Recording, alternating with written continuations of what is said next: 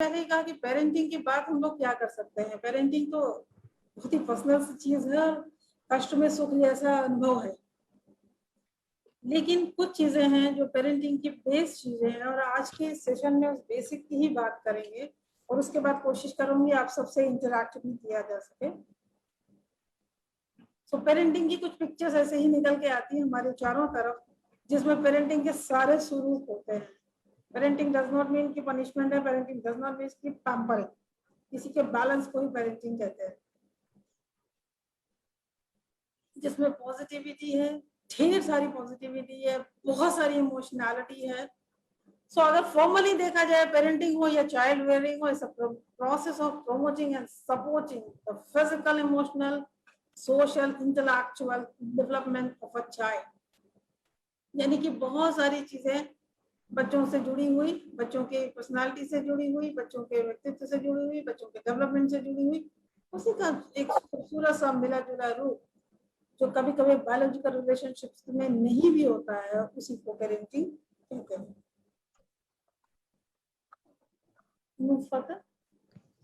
अगर आप formal definition देखें तो 4 तरह की पेरेंटिंग होती है, but I am not going to describe all these things because ये कोई उस चीज की क्लास नहीं है। हम लोग डिस्कस करने वाले हैं केवल पेरेंटिंग के बेसिक इश्यूज को। और पेरेंटिंग एक इमोशनल क्लाइमेट घर के अंदर डेवलप करके चलने वाली चीज है। Yes, now it is important 4 C's: confidence, calmness, consistency and caring। इन चारों कंपोनेंट को अगर हम जोड़ लेते हैं तो गुड पेरेंटिंग, हैप्पी पेरेंटिंग या वंडरफुल पेरेंटिंग की तरफ जाते हैं। एक बच्चे के अंदर इस तरह का कॉन्फिडेंस डेवलप करना कि सही होगा या गलत होगा, मेरे पेरेंट्स मेरे साथ हैं, वो एक बहुत बड़ा हथियार होता है, बहुत बड़ा शस्त्र होता है और बहुत बड़ा सहारा होता है। कामनेस चाहिए क्योंकि मेरा अपना व्यक्तित्व है, मेरी अपनी पर्सनालिटी है, मेरी अपनी साइकोलॉजी है और बच्चे की अपनी है। बहुत बार ऐसा होता है कि हमारी साइकोलॉजी बच्चे के ऊपर हावी हो जाती है और सारी चीजें गड़बड़ा जाती है। सो कामनेस चाहिए।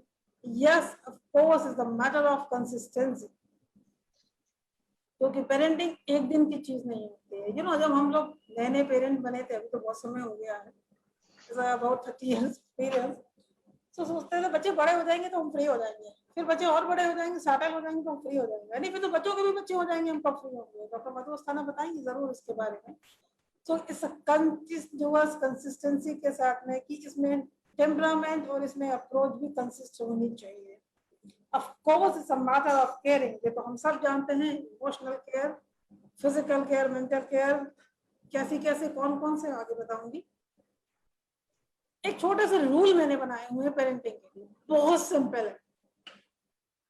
और इस सिंपल रूल में क्या है, एक तो होता है जिसमें रूल्स विदाउट रिलेशनशिप है, that is to be a very rebellion, विद्रोहात्मक हो जाता है। And if the relationship without rules, so it's chaos, को समझ भी नहीं आ रहा कहाँ जा रहा।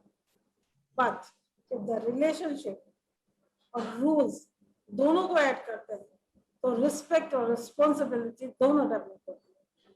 ये सुनने में बहुत इंटरेस्टिंग नहीं लग रहा होगा, लेकिन अगर इसको हम अपने एनवायरनमेंट में, अपनी चीजों के साथ में अगर हम इनको थोड़ा सा अगर कंपेयर करें या वहां पर देखें कि सच में ऐसा है कि नहीं है, तो यू विल फाउंड कि हाँ, इसका इफेक्ट है। आप करके देखिएगा और नहीं होगा तो मुझे प्लीज जरूर बताइएगा। राइट, ये एक मेन एस्पेक्ट है जहां पे मैं फोकस करना चाहूंगी, जो हमारी इस परिचर्चा का भी केंद्र है। मेरे हिसाब से पेरेंटिंग के खाली 2 इश्यू होते हैं, सिर्फ 2 इश्यू है पेरेंटिंग के, and that is health and safety. Health and safety for all ages, यानी वो एक नन्हा बच्चा भी और एक वो ग्रोन अप बच्चा भी, हेल्थ और safety. But health and safety in different aspects, in say 6 dimensions: physical health and physical safety, you all understand. mental health, mental safety; emotional health, emotional safety; social health, social safety; spiritual health and spiritual safety; financial health and financial safety. ये 6 dimensions हैं। अगर हम इन 6 dimension में सिर्फ 2 aspect को लेकर चले, that is health and safety, तो ये जो एक रूबिक निकल कर आता है, यही पेरेंटिंग का निचोड़ है, जो कि मेरी ओपिनियन है। हर एक बच्चे की फिजिकल हेल्थ हमारे लिए बहुत ज्यादा इम्पोर्टेंट होती है, हम सब जानते हैं, और उसकी सेफ्टी भी। जहाँ तक मेंटल, इमोशनल और सोशल हेल्थ की बात आती है, इन तीनों कंपोनेंट को अगर हम एक साथ लेके चलते हैं तो एक बड़ा खूबसूरत सा एक सर्कल बन जाता है जिन तीनों चीजों में ले। बहुत सारे हम सब, बहुत सारे बड़े मैच्योर लोग भी अभी मेंटल हेल्थ के लिए उतने अवेयर नहीं हैं, लेकिन पैंडेमिक ने सिखाया कि मेंटल हेल्थ इश्यूज कितने बड़े हैं और उनको संभालना कितना इम्पोर्टेंट है, और किस तरह से मेंटल हेल्थ या आपकी इमोशनल हेल्थ आपकी सोशल हेल्थ को प्रभावित करती है, साथ साथ में वो आपकी फिजिकल हेल्थ को भी प्रभावित करती है। तो बच्चे की भी तो मेंटल हेल्थ इम्पोर्टेंट है, बच्चे की भी तो इमोशनल हेल्थ इम्पोर्टेंट है।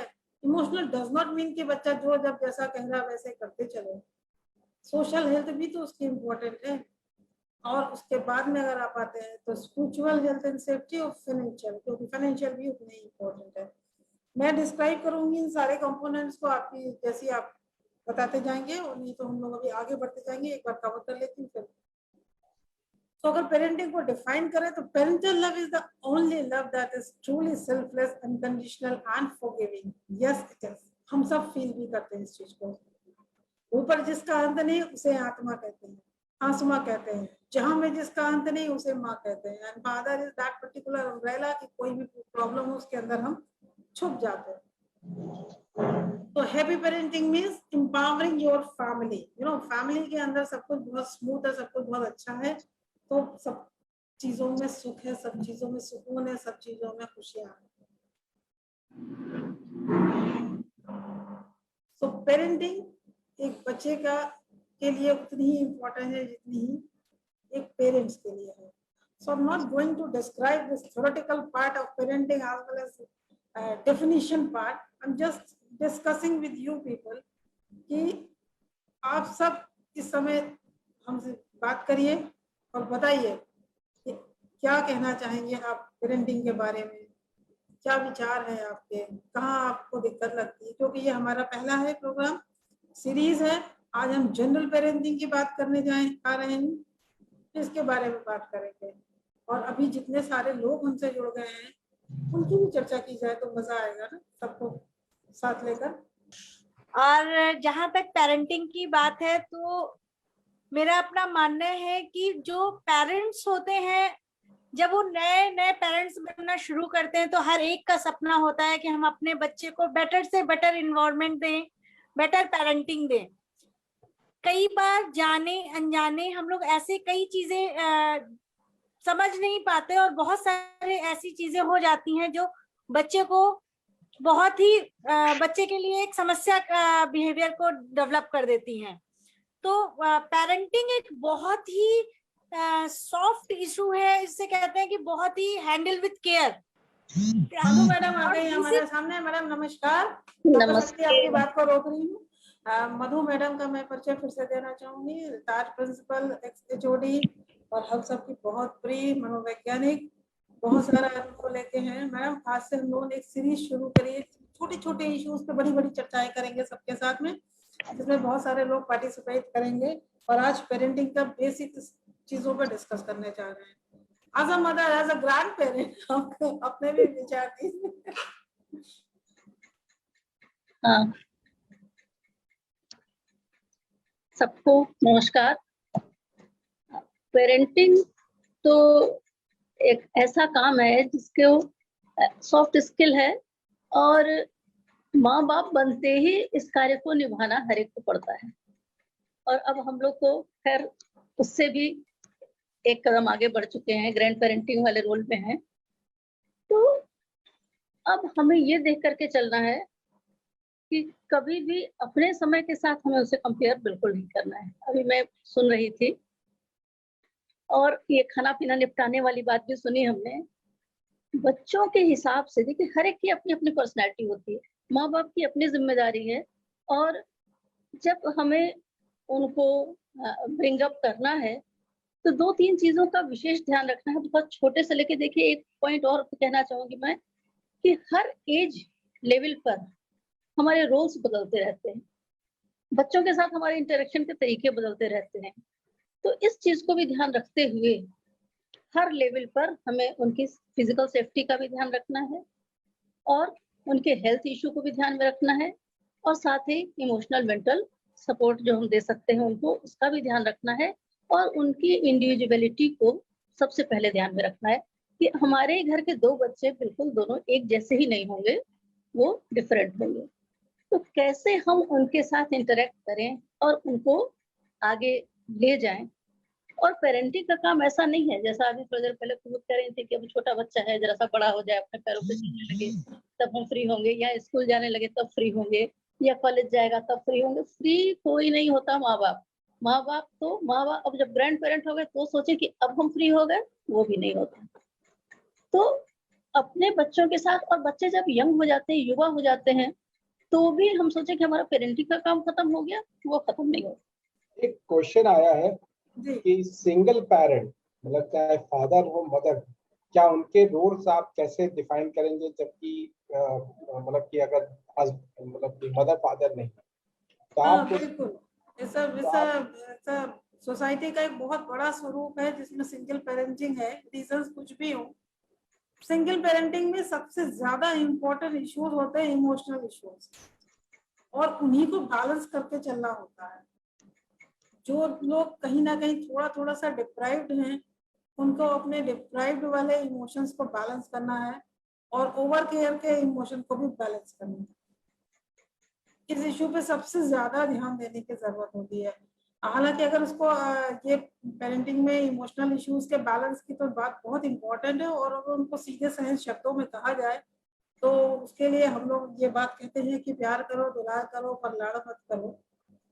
क्योंकि प्यार और दुलार तो बहुत जरूरी है, वो बच्चा डिजर्व करता है, जन्म से अधिकार लेके आए, लेकिन लाड़ में ही बैलेंस बिगड़ जाता है, और जिस चीज का भी बैलेंस बिगड़ता है उसका स्वरूप अजीब हो जाता है। सीता मैम, आपको मेरी आवाज आ रही है? हेलो। आप बताइए मैम, आप तो बड़े हाँ बच्चों से आपका पाला रहता है यूनिवर्सिटी में। जी, मैं बाहर बड़े बच्चे हैं, लेकिन घर में बच्चे अभी छोटे हैं। एक अडल्ट है, एक टीनेज में है, तो काफी एक्सपीरियंस हो चुका है बच्चे के साथ रह के। मेरा मानना है कि बचपन से जैसे जैसे बच्चे हमारे बड़े होते हैं, तो हमें बच्चे को डील करते समय अपने को खुद को उस बच्चे की एज में रख के सोचना पड़ता है कि अगर हम इस बच्चे की जगह पर होते तो हमारी क्या इच्छाएं होती, या हम किस तरीके की जिद करते। तो हमें पेरेंट्स होने के साथ साथ बच्चे का रोल भी वहाँ पर निभाना पड़ता है। जैसे अभी बात हो रही थी उनके खाने पीने से संबंधित, तो यहाँ पर हम लोग क्या करते हैं, केवल पेरेंट की भूमिका निभाते हैं। जैसे जब हमको भूख महसूस होती है, उसी समय हम खाना बनाने के लिए एक इंटरेस्ट लेते हैं खाना बनाने में। जैसे हमें भूख कम होती है, हमको लगता है अभी बच्चे को भी भूख नहीं है, तो एक रूटीन जो हमारा फैमिली का होता है, अगर इस रूटीन में हम सभी लोग उसका पालन करते हैं तो बच्चा खुद ब खुद उसके अनुसार ढल जाता है। तो अलग से मुझे लगता है कि जबरदस्ती कोई चीज करने की जरूरत नहीं पड़ती है। जैसे मैंने देखा है कि बच्चे खाने पीने में या पहनने में काफी नखरे दिखाते हैं, लेकिन आपने अगर शुरू से एक रूटीन बना रखा है कि फैमिली में जो भी बन रहा है, जो भी हो रहा है, वो सभी के फायदे के लिए है, तो उनका सभी को पालन करना चाहिए। तो बड़े लोग जैसे जैसे करते हैं तो बच्चा उनका अनुसरण जरूर करता है।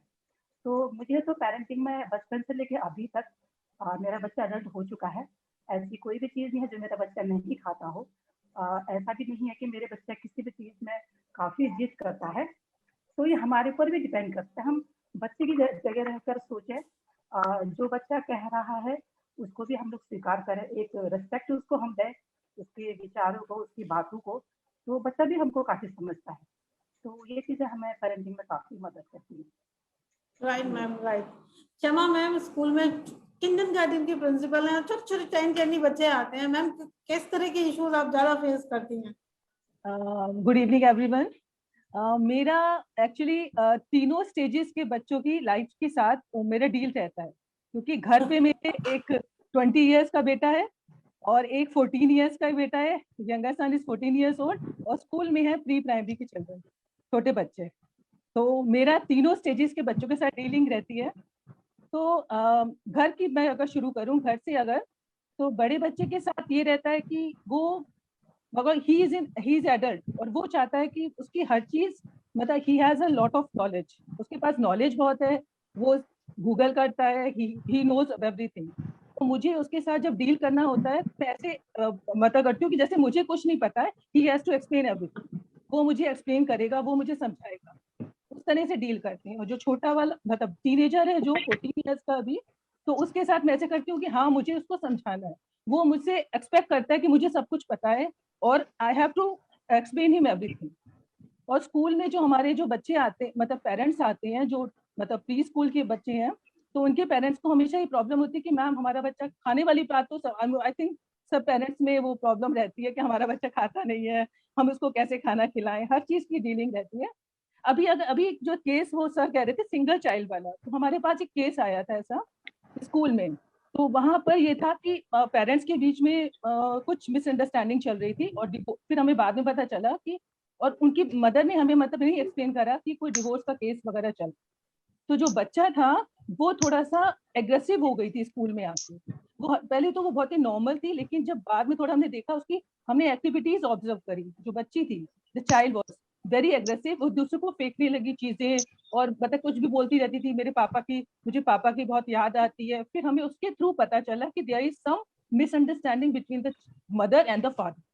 तो हमें ये लगा कि हमें काउंसलिंग करनी चाहिए, हमें पेरेंट्स को बुला के बात करनी चाहिए। तो मदर वॉज देयर, तो हमने मदर को बुला के उनसे बात करी, उनको काउंसिल करा, उनसे कहा कि बच्चे पे इफेक्ट आ रहा है, ये बच्चा इफेक्ट, आप जो भी बोलती हैं, आप जैसे भी बिहेव करती हैं, आपको एटमॉस्फेयर को बच्चे की उसके रख के आपको आगे का सोचना चाहिए। तो मुझे लगता है पेरेंटिंग जो वो है बड़ा ही कॉम्प्लेक्स सा, मतलब वो कॉम्प्लिकेटेड सा है, आप करते करते सीखते हो, इट्स एक्सपीरियंशियल लर्निंग, ये तो आप सही है, एक्सपीरियंस करोगे। लेकिन मैं एक बहुत छोटा सा फॉर्मूला लास्ट में बताऊंगी, जी अभी जी सबकी मैम, बात सुन लेते हैं। जी जी।